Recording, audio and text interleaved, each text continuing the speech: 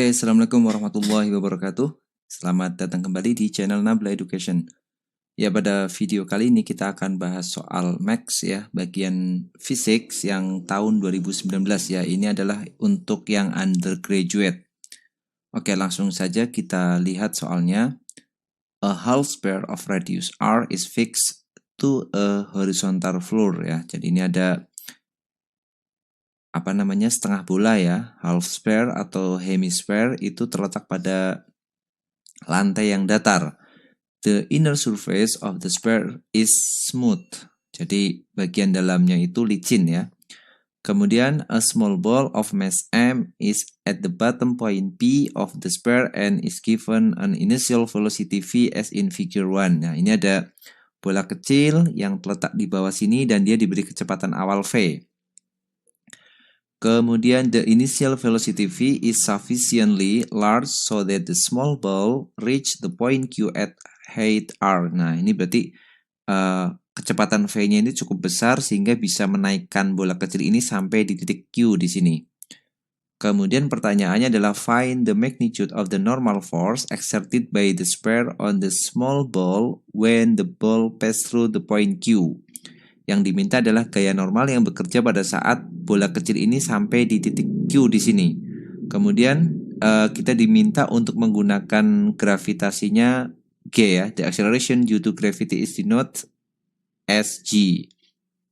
Ya, oke, kita bisa mulai mengerjakan soal ini. Ada dua konsep ya yang akan kita pakai untuk mengerjakan soal ini ya. Yang pertama kita gunakan hukum kekekalan energi mekanik ya, energi conservation ya, mechanical energy conservation, bahwa energi mekanik di titik P itu sama dengan energi mekanik di titik Q ya. Kita tulis energi mekanik di titik P itu sama dengan energi mekanik di titik Q. Nah, kita misalkan di titik Q itu bola itu punya kecepatan misalkan V2 gitu ya. Yang di sini V, yang di sini V2 atau V aksen itu boleh ya. Kita bisa pakai di sini aksen aja, V aksen. Nah, kita lihat di titik P ya, karena kita acu ini sebagai tanah, maka di titik P itu tidak punya energi potensial ya. Ingat, energi mekanik itu adalah jumlah dari energi potensial ditambah dengan energi kinetik. Nah, di titik P dia nggak punya energi potensial karena masih di tanah, maka dia hanya punya energi kinetik. Berarti di sini tinggal setengah dikali M dikali V kuadrat sama dengan di titik Q dia punya ketinggian nih, maka dia punya energi potensial yaitu M dikali G dikali H ya. Energi potensial kan MGH. Nah, hanya mana? Hanya adalah ketinggiannya ini. Tidak lain adalah jari-jarinya setengah bola ini atau R kecil. Maka ini MGR ditambah energi kinetiknya setengah M dikali V aksen kuadrat. Ya, di sini ada M semua, boleh kita coret M-nya. Oke, kemudian kita kalikan 2 ya, biar yang setengah itu hilang. Berarti ini V kuadrat sama dengan 2GR ditambah V aksen kuadrat. Atau kita punya kecepatan V aksen kuadratnya V kuadrat minus 2GR sama dengan V aksen kuadrat. Nah, ini persamaan pertama yang kita punya. Kemudian untuk yang kedua kita gunakan gaya sentripetal ya, karena lintasan bola ini bentuknya lingkaran. Maka pada bola ya di titik Q, kalau kita lihat di sini, ini kita gambar ulang, ini titik Q. Nah, titik Q di sini ini ada bolanya. Maka pada bola ini akan bekerja gaya sentripetal yang arahnya ke pusat lingkaran, berarti ke sana kan, F sentripetalnya. Nah, karena ini nempel ya, maka pada titik Q juga akan bekerja gaya normal. Ya, kita buat dengan warna yang berbeda nih biar kelihatan. Nah, ingat konsep dari gaya sentripetal itu adalah gaya yang arahnya menuju pusat ya, kita tulis F in dikurangi dengan F out. Nah, gaya sentripetalnya adalah M dikalikan V aksen kuadrat dibagi dengan R ya, karena di titik Q ini dia punya kecepatan V aksen di sini. Dibagi dengan R sama dengan F in-nya adalah gaya normal itu sendiri, dikurangi F out-nya nggak ada, yang ke luar itu nggak ada, berarti ini 0. Maka kita punya N-nya, langsung dapat ya. M V aksen kuadrat dibagi R sama dengan N. Nah, ini persamaan yang kedua. Nah, selanjutnya kita tinggal rapikan itu persamaan kedua itu dengan substitusi nilai V aksen kuadratnya dengan persamaan yang pertama ya. Berarti kita masukkan persamaan pertama, kita masukkan ke persamaan kedua. Kita akan dapat N sama dengan M dikali V aksen kuadratnya kita ganti dengan V kuadrat minus 2GR ya, dibagi dengan R.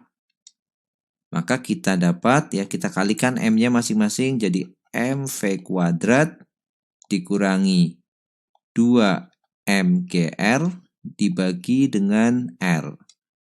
Atau kalau kita sendirikan jadi MV kuadrat per R dikurang yang belakang 2MGR dibagi R. R-nya habis jadi tinggal 2MG.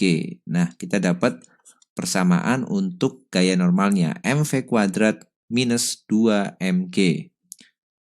MV kuadrat per R minus 2MG. Kita lihat mana MV kuadrat. Nah, ini ada ya. Jawabannya adalah yang C. Oke ya. Oke, selanjutnya kita lihat nomor 2. Nah, ini soalnya ya. What multiple of the distance between the center of the earth and that of the moon is the distance between the center of the earth and a geostationary satellite which always stay above a fixed location on the equator. Take a cycle of revolution of the moon around the earth to be 27 days. Nah, ini kita disuruh mencari perbandingan antara jarak pusat bumi ke bulan dan jarak pusat bumi ke suatu satelit yang mengorbit secara geostasioner. Ya, itu perbandingannya berapa gitu ya. Nah, untuk mengerjakan soal ini kita bisa gunakan hukum ketiga Kepler ya. Kita pakai hukum ketiga Kepler. Nah, hukumnya adalah gini kan. T1 kuadrat dibagi dengan R1 pangkat 3 sama dengan T2 kuadrat dibagi dengan R2 pangkat 3. Nah, yang satu itu kita misalkan yang bulan ya, yang satunya yang satelit ya, yang duanya yang satelit. Jadi kalau kita gambarkan misalkan ini ada bumi, kemudian ini ada senternya, kemudian dia ada satelit di sini, ya ini satelit, kemudian ada yang di sini moon ya, bulannya. Nah, kita diminta mencari jaraknya ini, perbandingan jaraknya. Anggaplah ini R1, yang satelit itu R2 gitu ya, atau dibalik nggak apa-apa sih sebenarnya. Oke, kita masukkan ya, yang satu berarti yang bulan, yang dua yang satelit ya. Berarti T1 kuadrat, berarti T-nya bulan, ya, periodenya bulan adalah 27, berarti 27 kuadrat dibagi dengan R1 pangkat 3 sama dengan periode satelit dikuadratkan. Nah, karena satelit itu adalah satelit geostasioner, maka periodenya sama dengan periode rotasi bumi ya, karena dia posisinya selalu fix di sini, maka perputarannya sama dengan rotasi buminya. Berarti di sini bumi itu berotasi kan 1 hari ya, berarti 1 kuadrat dibagi dengan R2 pangkat 3. Nah, yang diminta yang R1 dibanding dengan R2 ya, R-nya ke bulan dibanding dengan R-nya ke satelit. Maka kalau kita susun ulang ya, kita pindah ke sana, berarti 27 kuadrat dibagi dengan 1 kuadrat sama dengan R1 pangkat 3 dibagi dengan R2 pangkat 3. Atau 27 itu boleh kita ubah jadi 3 pangkat 3 dikuadratkan ya, per 1 kuadrat, berarti biarkan aja 1 sama dengan R1 per R2 pangkat 3-nya kita keluarkan. Ya, berarti ini jadi 3 pangkat 6 sama dengan R1 per R2 pangkat 3. Nah, kalau pangkat 3-nya mau hilang ya, berarti di akar pangkat 3, maka ini tinggal 3 pangkat 2 sama dengan R1 per R2. Atau 9 sama dengan R1 per R2. Nah, kita dapat perbandingan jarak antara pusat bumi ke bulan dengan jarak antara pusat bumi ke satelit, yaitu 9 atau 9 banding 1 ya. Berarti ini 9 ya, jawabannya yang E. Nah, itu dia untuk video pembahasan pada kesempatan kali ini ya. Saksikan terus video-video pembahasan soal Max lainnya ya, nanti akan diupdate. Kalau misalkan dirasa video ini ada manfaat, silahkan share ke teman-teman atau sosial media yang kalian punya. Oke? Terima kasih sudah menyaksikan video ini. Sampai jumpa di video selanjutnya. Assalamualaikum warahmatullahi wabarakatuh.